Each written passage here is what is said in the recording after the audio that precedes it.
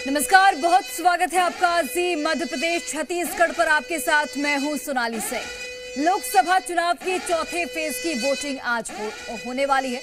मध्य प्रदेश की 8 लोकसभा सीटों पर मतदान होगा। सुबह 7 बजे से शाम के 6 बजे तक वोट डाले जाएंगे। कौन कौन सी वो सीटें हैं जहां पर आज वोटिंग होगी? देवास, उज्जैन, मंदसौर, रतलाम, धार, इंदौर, खरगोन और खंडवा। ये 8 लोकसभा सीटें हैं जहां पर वोटिंग होने वाली है। मतदान केंद्रों पर सुरक्षा के पुख्ता इंतजाम कर दिए गए हैं और इन 8 सीटों पर कुल मिलाकर 74 उम्मीदवार चुनावी मैदान में हैं। इनमें 5 महिलाएं भी शामिल हैं। इंदौर में सबसे ज्यादा 14 उम्मीदवार चुनावी मैदान में हैं। ये तब है जब कांग्रेस प्रत्याशी ने नाम वापस ले लिया है। चौथे फेज में जिन सीटों पर वोटिंग होनी है वहां मुस्लिम वोटरों की बड़ी भूमिका होने वाली है।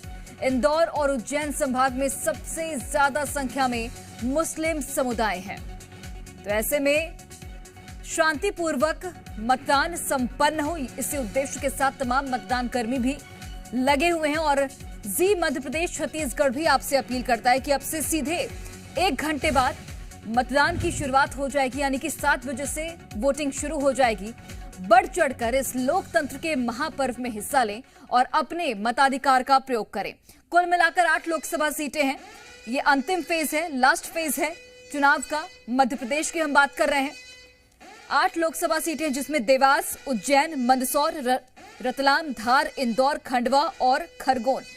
कुल मिलाकर 74 प्रत्याशी हैं चुनावी मैदान में, जिसमें 5 महिलाएं शामिल हैं और सबसे ज्यादा इंदौर में 14 प्रत्याशी चुनावी मैदान में हैं। बड़ी बात यह है कि यहां के जो कांग्रेस के प्रत्याशी थे उन्होंने नामांकन वापस लिया, भारतीय जनता पार्टी में शामिल हो गए और बीजेपी के प्रत्याशी शंकर लालवानी के लिए रास्ता एक तरह से साफ हो गया। हालांकि कांग्रेस ने नोटा को समर्थन करने का ऐलान जरूर किया है, तो ऐसे में नोटा कितना कारगर साबित होगा वो भी देखना बेहद महत्वपूर्ण होगा। अगर हम खंडवा की बात करें तो वहां पर हिंदुत्व एक बड़ा मुद्दा है। आरएसएस भी यहां पर काफी सक्रिय रहा है। खंडवा की अगर हम चुनावी दंगल की बात करें तो ज्ञानेश्वर पाटिल भारतीय जनता पार्टी से चुनावी मैदान में हैं और नरेंद्र पटेल हैं कांग्रेस की ओर से। वहीं अगर आपको धार की बात बताएं तो कांग्रेस 8 में से 5 सीटों पर यहां पर मजबूत है, यानी कि धार लोकसभा सीट पर विधानसभा की 8 सीटें आती हैं, वहां पर 5 पर कांग्रेस का कब्जा है। धार लोकसभा सीट की बात करें तो सावित्री ठाकुर है चुनावी मैदान में और कांग्रेस से राधेश्याम मुवेल है चुनावी मैदान में।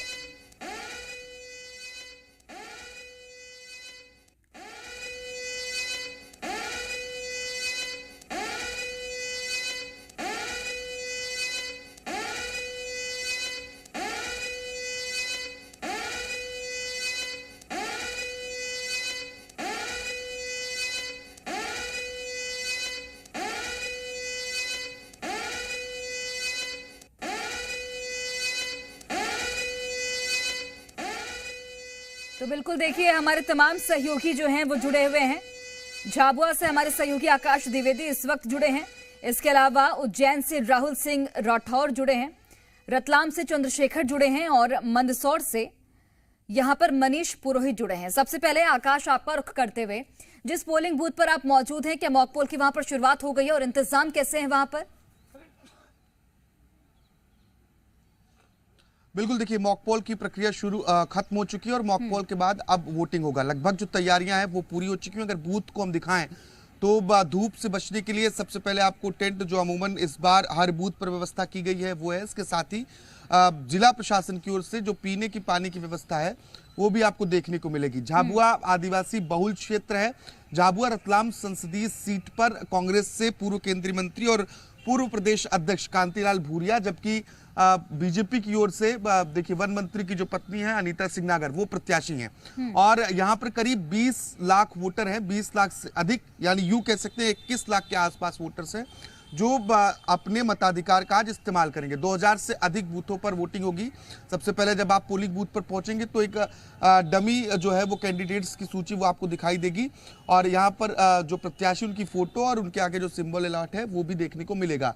तो अब से कुछ देर बाद मतदान शुरू होगा। मतदान शुरू होने के ठीक पहले जो मॉक पोल की प्रक्रिया है कि ईवीएम सही तरीके से चल रही है या नहीं चल रही है, जो एक्यूरेसी है वो है कि नहीं है, इस बात की जो जांच है वो मतदान अधिकारियों द्वारा कर ली गई है। और यहाँ पर 2 पोलिंग बूथ हैं, दोनों पोलिंग बूथ पर अब से कुछ देर बाद वोटिंग शुरू हो जाएगी।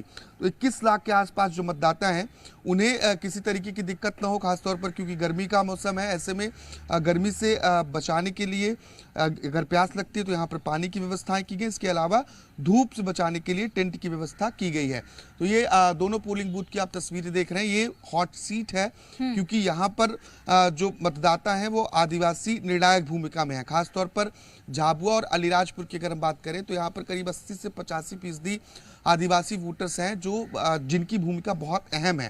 तो कांग्रेस पार्टी को इन 2 जिलों से लीड मिलने की संभावना रहती है। दूसरी ओर बीजेपी है, बीजेपी रतलाम से लीड लेती है और यहाँ मजबूत स्थिति में मानी जाती है। जो क्षेत्र है ये 3 जिला है, रतलाम, झाबुआ, इसके साथ ही अलीराजपुर, और 3 राज्यों से घिरा हुआ है, राजस्थान, इसके साथ ही गुजरात और एक राज्य और है। इन 3 राज्यों से ये झाबुआ घिरता है। और यहाँ जो वोटर्स हैं वो कितना वोट करते हैं वो देखना होगा, क्योंकि झाबुआ और अलीराजपुर के लिए सबसे बड़ा जो मुद्दा रहा वो पलायन का रहा है, क्योंकि लोग यहाँ से दूसरे राज्यों में, राजस्थान, इसके अलावा महाराष्ट्र और अन्य राज्यों में पलायन के लिए जाते हैं। और यहाँ वोटिंग परसेंटेज बढ़ाना जिला प्रशासन के लिए एक बड़ी चुनौती होगी। हालांकि अब से कुछ देर बाद क्या तस्वीरें मतदाताओं की देखने को मिलती है, मतदाताओं में कितना उत्साह होता है, ये महत्वपूर्ण होगा। क्योंकि यहाँ अभी जो सियासी लड़ाई, अगर उसकी हम बात करें सोनाली, तो भील वर्सेस भलाला, क्योंकि 2 जो जनजातीय वर्ग हैं वो बड़ी मात्रा में हैं। ऐसे में जो दोनों कैंडिडेट हैं, क्योंकि अनीता सिंह नागर भिलाला और कांतिलाल भूलिया भील से आते हैं, और कहीं ना कहीं इन दोनों वर्गों में वोट जो बटेगा वो इन्हीं दोनों वर्गों में बटेगा। और ऐसे में जो तमाम सियासी कयास हैं वो लगाए जा रहे हैं, क्योंकि इस बार कांग्रेस पार्टी जिन सीटों पर अच्छा चुनाव लड़ रही है उन सीटों में से एक सीट झाबुआ लोकसभा सीट भी है, और अन्य सीटों पर भारतीय जनता पार्टी अब पहले से ही मजबूत स्थिति में, खासतौर पर इंदौर और खजुराहो जैसी सीटें जहां पर बीजेपी को वॉकआउट मिला, एक तरीके से वहां कांग्रेस का कैंडिडेट ही नहीं है। तो इन सीटों पर जो मुकाबला है वो कड़ा माना जा रहा है। ठीक है आकाश, लौटती हूँ मैं आपके पास। उज्जैन से हमारे सहयोगी राहुल सिंह राठौर जुड़े हैं। राहुल, आप कौन से पोलिंग बूथ पर मौजूद हैं और वहां पर कैसे इंतजाम है? क्या मॉक पोल की शुरुआत हो चुकी है या फिर प्रक्रिया खत्म हो गई है? बताइए। देखिए, मॉकपोल की शुरुआत अभी तो नहीं हो पाई है, लेकिन कुछ ही देर में मॉकपोल की शुरुआत होगी और प्रशासनिक स्पष्ट निर्देश है कि 100 मीटर के दायरे में कोई भी मोबाइल का उपयोग नहीं कर पाएगा। देखिए, फिलहाल जो है मैं उज्जैन के इंदिरा नगर केंद्र पे मौजूद हूँ 216 पर, जहां पर पुलिस व्यवस्था भी मौजूद है और तमाम जो अधिकारी हैं उन्होंने अपनी रात भर में तैयारियां पूरी कर ली है। देखिए, व्यवस्थाओं की अगर बात करें आम जनता के लिए, क्योंकि आम जनता का ही आज दिन है और आम जनता के लिए यहां पर कोई व्यवस्था नहीं है। टेंट की बात करें तो टेंट यहां पर सिर्फ एक नाम के लिए लगा रखा है, लेकिन यहां पर कोई छांव की व्यवस्था नहीं है, ना पीने के पानी की व्यवस्था यहां पर है, ना ही इमरजेंसी में मेडिकल की सुविधा इस केंद्र में कहीं से कहीं तक दिखाई दे रही है। तो ये लापरवाही की तस्वीर है। और एक तस्वीर और दिखा देता हूं, केंद्र के गेट के ठीक सामने कीचड़ जमा हुआ है। अगर कोई गिर जाता है तो ऐसे में बड़ा हादसा हो सकता है। पास में कहीं सारा सामान रखा हुआ है कंस्ट्रक्शन का, तो ये एक बड़ी लापरवाही है। देखिए, कल आरोप भी लगाए थे मतदान कर्मियों ने कि वो जब यहाँ पर आए तो उनको बिस्तर में कीड़े मिले, उसके अलावा यहाँ पानी नहीं मिला, इसके अलावा उनको ना किसी भी तरह की सुविधा नहीं मिली। उन्होंने खुद ने यहाँ पर आकर सफाई की और अपनी व्यवस्था खुद की। तो ये लापरवाही है, प्रशासनिक लापरवाही है, सेक्टर अधिकारी की लापरवाही है। फिलहाल बात मतदान की करें तो आज उज्जैन लोकसभा सीट पर 18 लाख करीब मतदाता जो है वो मतदान करेंगे। ठीक है राहुल, पूरी जानकारी लेंगे। एक बार मॉक पोल की शुरुआत होती है उसके बाद आती हूँ मैं आपके पास। रतलाम से सहयोगी चंद्रशेखर सोलंकी जुड़े हैं। चंद्रशेखर, आप कौन से पोलिंग बूथ पर मौजूद हैं और वहां पर कैसी तैयारियां आप देख पा रहे हैं? जी बिल्कुल, देखिए अभी हम जहां मौजूद हैं रतलाम का गांधीनगर क्षेत्र है और यहाँ का जो 5 और 6 नंबर का पोलिंग बूथ है उस पर हम यहाँ पर खड़े हैं। देखिए, व्यवस्थाएं तो हमने कल दिखाई भी थी कि किस तरह से माकूल है। मॉक पोल जो है वो यहाँ पर हो चुका है, जो कर्मचारी हैं वो तैनात है, पुलिस की व्यवस्था भी यहाँ पर देखी जा सकती है, पुलिस के कर्मचारी यहाँ तैनात हो चुके हैं। 2 जो बूथ है यहाँ पर 5 नंबर और 6 नंबर वो इस हॉल के अंदर जो है बनाए हुए हैं और सारी व्यवस्थाएं कर ली गई हैं। मॉक पोल जो वो है हो रहा है अंदर, और पूरी तैयारी के साथ जो है कर्मचारी तैयार है। किस तरीके से जो है हम आपको ज्यादा अंदर नहीं ले जा सकते क्योंकि अंदर परमिशन नहीं होती है, तो हम यहीं से दिखाते हैं कि कर्मचारी देखिए किस तरीके से जो है मॉक पोल कर रहे हैं और इस तसल्ली कर रहे हैं पूरी तरीके से कि मशीन में कोई दिक्कत नहीं है, क्योंकि जब 7 बजे वोटिंग शुरू होगी तो उसके बाद कोई दिक्कत नहीं हो। तो ये सारी तैयारियां जो है वो कर ली गई है। देखिए रतलाम में 5 विधानसभा है, लेकिन जो रतलाम झाबुआ सीट के लिए जो मतदान होना है तो उसमें जो है रतलाम जिले की 3 विधानसभा शामिल है, रतलाम ग्रामीण, रतलाम शहर और सैलाना विधानसभा। तो देखिए ये 3 विधानसभा है। उसके अलावा जो 2 विधानसभा है जावरा और आलोट, तो आलोट जो है वो उज्जैन लोकसभा संसदीय क्षेत्र में है और जो जावरा है वो मंदसौर संसदीय क्षेत्र में है। पूरे जिले में जो है 1297 जो मतदान केंद्र है वहां पर ये जो है मतदान होना है और सभी जो 7 बजे मतदान शुरू होगा तैयारियां अच्छे से की है। मतदान प्रतिशत बढ़ाने के लिए जो कवायदे हैं वो भी अच्छी तरह से की गई थी, प्रशासन की ओर से कार्यक्रम आयोजित किए गए, अलग अलग वो कार्यक्रम किए गए। इसके अलावा जो जन सहयोग है वो भी मिला है और काफी अच्छे से जो है रतलाम में भी जो सराफा व्यापारी हैं उन्होंने कोशिश की है कि किस तरीके से कुछ छूट दी जाए। जब लोग मतदान करने के बाद आए और अपना चुनाव का चिन्ह दिखाएं तो उन्हें कुछ रियायत दी जाए, ताकि जो है जो ये प्रेरित हो लोग और जागरूक हो और ज्यादा से ज्यादा लोग जो है मतदान करें। उसके अलावा कुछ लैब वाले हैं उन्होंने कुछ जांच के लिए इस तरह की बात कही है कि वो जब चिन्ह दिखाएंगे तो उनको भी जो है रियायत दी जाएगी जांच में। तो इस तरीके से अलग अलग चीजें की गई है और जो आदर्श मतदान केंद्र है वो भी बनाए गए ताकि वहां पर लोग जो हैं ज्यादा संख्या में पहुंचे और वोटिंग करें। तो देखिए जो ग्रामीण इलाका है करमदी, हमने वहां भी दिखाया था किस तरीके से जो पूरा हरा भरा एक जो है पोलिंग बूथ बनाया गया है। वहां पर जब लोग जाएंगे तो पेड़ पौधों के बीच से होकर के जाएंगे, इस तरह का कुछ अच्छा सा माहौल वहां है ताकि ज्यादा से ज्यादा संख्या में लोग पहुंचे। रतलाम में भी इस तरीके के कई जो है आदर्श पोलिंग बूथ बनाए गए। तो देखिए सारी कवायदें कर ली गई है। 7 बजे से जब मतदान शुरू होगा तो उसके बाद जैसे जैसे आंकड़े सामने आएंगे कि किस तरीके से जो है ये मतदान हो रहा है। मौसम देखिए अब मौसम साफ है और जो तापमान है वो अभी तक जो है बहुत ज्यादा तेज देखने में आ रहा है। तो उसको देखते हुए भी काफी सारी व्यवस्थाएं आप देख सकते हैं कि पोलिंग बूथ के बाहर जो किस तरीके से जो है टेंट की व्यवस्था कर ली गई है। कुछ जगह ऐसी जहां मैं खड़ा हूँ यहाँ पर तो टीम का बहुत बड़ा शेड भी है, तो यहाँ पर यदि ज्यादा संख्या में मतदान के लिए यदि आते हैं मतदाता तो उनके लिए दिक्कत भी नहीं होगी, क्योंकि यहाँ पर काफी अच्छी सी व्यवस्था है। तेज धूप भी होती है तो उन्हें शेड के अंदर खड़े रहने के लिए काफी अच्छी व्यवस्था है। तो देखिए अब देखते हैं 7 बजे मतदान शुरू होता है किस तरीके से परसेंटेज का जो आंकड़ा है वो लगातार हमारे सामने आता है। बिल्कुल जुड़ेंगे आपके साथ और तमाम तस्वीरें आप फिर से दिखाइएगा। मंदसौर लिए चलते हैं जहां से हमारे सहयोगी मनीष पुरोहित जुड़े हैं। मनीष, जिस पोलिंग बूथ पर आप मौजूद हैं वहां पर कैसी व्यवस्थाएं आप देख पा रहे हैं और क्या मॉक पोल की शुरुआत हो गई है? जी बिल्कुल, मॉक पोल की शुरुआत हो चुकी है। एक बूथ पे मॉक पोल कंप्लीट हो चुका है, दूसरे बूथ पे मॉक पोल चल रहा है और इस समय हम है जल संसाधन विभाग, सिंचाई विभाग का ऑफिस है, इसमें हम यहाँ हैं और ये आप देखेंगे बूथ क्रमांक 57-58 ये है, पिंक बूथ है, पिंक मतदान केंद्र है। यहाँ पर ये स्टैंडी भी लगाई गई है ताकि लोग बाग वोटिंग के बाद अपना फोटो खींच सकें और प्रशासन ने भी इसमें कोशिश पूरी की है कि किसी भी तरह से मतदान का प्रतिशत बढ़े और उसके लिए प्रशासन भी पूरी तरह से कटिबद्ध है। और यहाँ ये जो मतदान केंद्र है ये सेंसिटिव मतदान केंद्र में आते हैं, तो यहाँ वेब कैमरे के जरिए, सीसीटीवी के जरिए यहाँ निगरानी रखी जा रही है, वेबकास्टिंग यहाँ से किया जा रहा है और मोबाइल है वो पूरी तरह से प्रतिबंधित है। और जितना भी वोटर्स, नए वोटर्स हैं खास करके, उनको जानकारी के लिए यहाँ पर लगाया गया है कि किस किस तरह के क्या 12 वैकल्पिक फोटो युक्त दस्तावेज है जो होंगे, उसके जरिए वोटिंग कर पाएंगे। और यहाँ सुरक्षा के भी पर्याप्त इंतजाम हैं और अंदर भी दिखाना चाहेंगे आपको कि जो मॉक पोल की प्रक्रिया पूर्ण हो चुकी है और उसके बाद में जो यहाँ का स्टाफ है, स्टाफ भी पूरी तरह से तैनात है और वोटिंग के लिए पूरी तरह से तैयारी की जा चुकी है। और कुछ ही देर में वोटिंग की प्रक्रिया शुरू होगी। 7 बजते ही यहाँ पर जो मतदान के लिए लोग आने शुरू होंगे और ये एजेंट्स भी आ चुके हैं और तुम एजेंटों के सामने किया गया है। पिंक मतदान केंद्र की खासियत ये है कि यहाँ पर जो महिलाओं द्वारा ही इसको संचालित किया जाता है और ये बूथ है, बूथ में अब सीलिंग की जा रही है, मशीन की सीलिंग की जा रही है। इनके सामने मॉक पोल की प्रक्रिया यहाँ पूर्ण हो चुकी है। ये एक बूथ है, इसके अलावा एक बूथ यहाँ पर सामने भी मौजूद है। इस बूथ में भी पूरी तरह से तैयारियां हो चुकी है और यहाँ पर अभी स्टाफ पूरा मौजूद है, सीलिंग की जा रही है।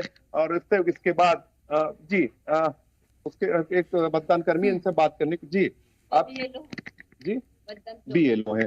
तो ये बीएलओ यहाँ पर है और यहाँ पूरी डिटेल्स लिखी हुई है कि कितने ये मतदान क्रमांक 58 है। इसमें 1096 कुल मतदाता है, जिसमें 559 पुरुष है, 537 महिलाएं और सामने ये दूसरा मतदान केंद्र है। इसमें भी यहाँ पर लिखा हुआ है 1183 कुल मतदाता यहाँ पर है। और पानी की पीने के पानी की व्यवस्था से लेकर पूरी व्यवस्थाओं की हम बात करें तो यहाँ पूरी व्यवस्थाएं चाक चौबंद है, टेंट लगाए गए हैं, गुब्बारे लगाए गए हैं, नीचे दरिया बिछाई गई है, लोगों के बैठने की भी जो कई बूथ है आदर्श मतदान केंद्र, वहां पर लोगों के बैठने की भी व्यवस्था की गई है ताकि किसी तरह से किसी को असुविधा नहीं हो। खास करके जो गर्मी का मौसम है तो ऐसे में ठंडे पानी की व्यवस्था भी यहाँ की गई है ताकि जो मतदान के लिए लोग आए उन्हें अगर प्यास लगे तो पानी पी सकें। जी ठीक है मनीष, लौटती हूँ मैं आपके पास। आकाश, आपका रुख करते हुए, चूंकि यहाँ पर मुकाबला बेहद महत्वपूर्ण है। अनीता सिंह चौहान एक तरफ भारतीय जनता पार्टी से हैं, वही कांतिलाल भूरिया, और कांतिलाल भूरिया का भी एक बयान काफी चर्चा में था, 2 पत्नियों वाला। उसका क्या असर देखने को मिलेगा ग्राउंड पर? देखिए, दरअसल वो बयान जिस सेंस में था वो आदिवासियों में परंपरा है और उसका इस क्षेत्र पर बहुत अधिक इम्पैक्ट नहीं पड़ेगा। हालांकि इम्पैक्ट थोड़ा बहुत जरूर देखने को मिलेगा क्योंकि भारतीय जनता पार्टी ने इसे मुद्दा बनाने की कोशिश जरूर की है। जो खास तौर पर यहाँ पर बात है कि वो यहाँ 2 बड़ी राजनीतिक पार्टियां, कांग्रेस पार्टी और बीजेपी, 2 पार्टियां हैं और रतलाम शहर और ग्रामीण ये जो क्षेत्र है यहाँ से बीजेपी हर बार बढ़त लेती है, जबकि झाबुआ और अलीराजपुर से कांग्रेस पार्टी को उम्मीद रहती है। और खुद कांतिलाल भूरिया करीब 5 बार यहाँ से सांसद रहे। उनके बेटे विक्रांत भूरिया फिलहाल विधायक हैं और दोनों लोगों ने यहाँ मिलकर कमान संभाली है क्योंकि जो भील और भिलाला वोटर्स हैं उनकी भूमिका महत्वपूर्ण होने वाली है और जो दोनों पार्टी के प्रत्याशी हैं वो प्रत्याशी इसी वर्ग से आते हैं। देखिए, अनीता सिंह नागर जो हैं वो भिलाला वर्ग से आती हैं और भील जो हैं वो हैं कांतिलाल भूरिया और सबसे ज्यादा जो आबादी है वो भील की है, करीब 70% के आसपास आबादी बताई जाती है, जबकि 30% भिलाला वोटर्स हैं। कहीं ना कहीं कांतिलाल भूरिया ये साबित करने में कामयाब रहे कि वो भील हैं और ऐसे में अगर पूरा वर्ग उनके साथ जाता है तो इस सीट पर एक और बड़ी लीड जो रतलाम झाबुआ जिला है यहाँ से इनको मिल सकती है। लेकिन दूसरी ओर रतलाम शहर और ग्रामीण, इसके अलावा कुछ और अन्य क्षेत्र हैं जहां बीजेपी मजबूत पकड़ रखती है क्योंकि इसके पहले भी यहां पर अच्छे जो वोट हैं वो बीजेपी के पक्ष में पड़े हैं क्योंकि केंद्र की योजनाएं हो, राज्य की योजनाएं हो, इन्हीं योजनाओं को लेकर बीजेपी लोगों के पास पहुंच रही है। और अनीता नागर के साथ एक फैक्टर ये है कि वो अभी हाल ही में वन मंत्री बने, नई सरकार में उनकी पत्नी है, तो दोनों मिलकर चुनाव प्रचार कर रहे हैं। तो 2 नेता आपको बीजेपी में नजर आएंगे, 2 नेता कांग्रेस पार्टी में नजर आएंगे। और अलीराजपुर अभी भी देश के सबसे गरीब जिलों में गिना जाता है जो इसी संसदीय सीट का हिस्सा है। और रतलाम झाबुआ संसदीय क्षेत्र में खासतौर पर झाबुआ और अलीराजपुर की बात करें तो जो पलायन की समस्याएं रही हैं, लोगों ने किस तरीके से फेस किया है, क्योंकि अगर हम अभी रिपोर्टिंग कर रहे हैं, कल रात तक भी लोग इस शहर को छोड़कर दूसरे राज्यों में पलायन कर रहे हैं, तो ये जो वोटर्स हैं वो वोटर्स वोट करने नहीं पहुंचेंगे और बड़ी संख्या में लोग अभी भी बाहर हैं। उन वोटर्स को लाने के लिए तमाम प्रयास जरूर किए गए लेकिन वो संभवतः अपने क्षेत्रों तक नहीं पहुंच पाएंगे। तो इन तमाम चुनौतियों को देखते हुए अब ये समझना होगा कि यहाँ के वोटर्स का मिजाज क्या है, क्योंकि पिछले लोकसभा की बात करें तो यहाँ 35,000 के आसपास वोट जो है वो नोटा पर पड़े हैं। भले इस बार चर्चा इंदौर की नोटा को लेकर हो रही हो, लेकिन नोटा पर वोटिंग के मामले में झाबुआ सबसे आगे रहा है, सबसे आगे सबसे ज्यादा यहीं पर नोटा पर वोटिंग हुई है, क्योंकि यहाँ की इससे अंदाजा लगाया जा सकता है कि यहाँ का मतदाता बहुत चालाक है। अगर दोनों प्रत्याशी या फिर अन्य जो निर्दलीय और बीएपी से जो पार्टी प्रत्याशी मैदान में है, अगर वो पसंद नहीं आते हैं यहाँ तो यहाँ के लोग नोटा पर भी वोट कर सकते हैं। और पिछली बार के चुनावी नतीजे बताते हैं कि 35,000 के आसपास जो वोट है वो झाबुआ रतलाम सीट पर नोटा पर पड़े हैं। ठीक है आकाश, लौटते में आपके पास एक बड़ी खबर इसी बीच दर्शकों को बता दें, लोकसभा चुनाव के 4थे फेज की वोटिंग आज होने वाली है। कुछ देर में वोटिंग की प्रक्रिया की शुरुआत हो जाएगी। मध्य प्रदेश की 8 लोकसभा सीटों पर मतदान होगा। सुबह 7 बजे से शाम के 6 बजे तक वोट डाले जाएंगे। कौन कौन सी वो लोकसभा सीटें हैं? देवास, उज्जैन, मंदसौर, रतलाम, धार, इंदौर, खरगोन और खंडवा, ये वो 8 लोकसभा की सीटें हैं जिस पर मतदान होगा। सुबह 7 से शाम के 6 बजे तक मतदान होगा। मतदान केंद्र पर सुरक्षा के पुख्ता इंतजाम किए गए हैं। 8 सीटों पर 74 उम्मीदवार चुनावी मैदान में हैं, जिनमें 5 महिलाएं भी शामिल हैं। इंदौर में सबसे ज्यादा 14 उम्मीदवार चुनावी मैदान में हैं और ये तब है जब कांग्रेस प्रत्याशी ने नाम वापस ले लिया है। चौथे फेज में जिन सीटों पर वोटिंग होनी है वहां मुस्लिम वोटरों की बड़ी भूमिका मानी जाती है। इंदौर और उज्जैन संभाग में सबसे ज्यादा मुस्लिम समुदाय की संख्या है। हमारे सहयोगी तमाम जगहों से जुड़े हैं। उज्जैन आपको लिए चलते हैं, जहां से हमारे सहयोगी राहुल सिंह राठौर जुड़े हैं। राहुल, अभी आप जो बद इंतजामी थी वो दिखा रहे थे, क्या वहां पर प्रशासनिक अमला कुछ मौजूद है? उनसे पूछिए कि इंतजाम जो उचित व्यवस्थाएं हैं वो क्यों नहीं है। जब वोटर्स आएंगे तो वो किस तरीके से मतदान करेंगे जब उचित व्यवस्था ही नहीं है?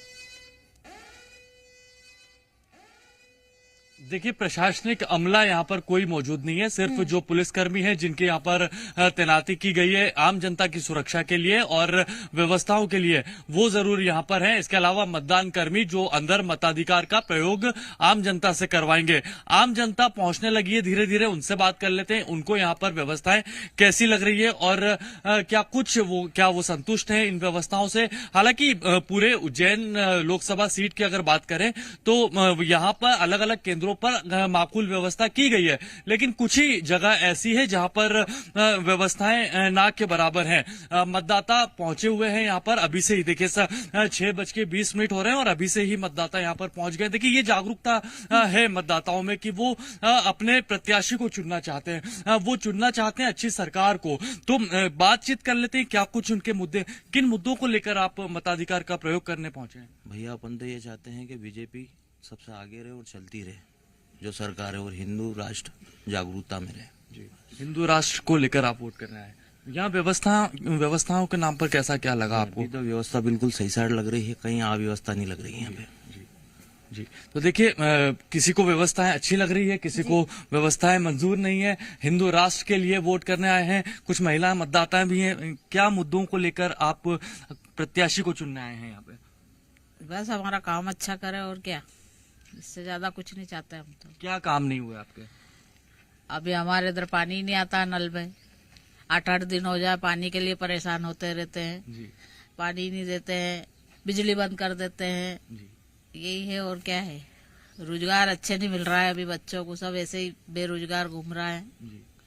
इतना ही चाहते हैं और क्या, दाल रोटी का बंदोबस्त होना चाहिए और कुछ नहीं चाहिए हमको तो। जी, क्या चाहते हैं? आपको भी कहीं असुविधाएं है या फिर सुविधाएं हैं आपके? हाँ, जो भी जैसे अपनों को परेशानी दिक्कत आती है तो वोट हम दे रहे हैं ताकि कि सही सरकार चुने और अच्छे से हमारा काम हो जाए सही समय पे।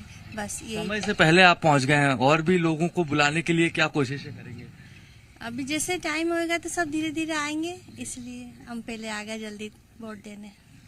तो देखिए, ये कुछ लोग हैं जो समस्याओं से जूझ रहे हैं, तो कुछ लोग हैं हिंदू राष्ट्र की तरफ जाना चाहते हैं। तो सबके अलग अलग मुद्दे हैं, सबके अपने अपने विचार हैं। देखिए, उज्जैन की अगर बात करें तो उज्जैन में 2 प्रत्याशियों के बीच कड़ा मुकाबला है। अनिल फिरोजिया भाजपा प्रत्याशी और महेश परमार कांग्रेस प्रत्याशी। देखिए, ये दोनों जो प्रत्याशी हैं। आपके पास इस वक्त एक छोटा सा ब्रेक लेना होगा। ब्रेक के बाद इस जो हम तस्वीरें दिखा रहे हैं उसको आगे भी जारी रखेंगे। और देखिए, आधे घंटे का बस वक्त बचा हुआ है, यानी कि 7 बजे से वोटिंग की शुरुआत हो जाएगी। और हम यही अपील करते हैं कि अपने मताधिकार का जरूर इस्तेमाल करें और इस लोकतंत्र के महापर्व में अपनी हिस्सेदारी निभाएं।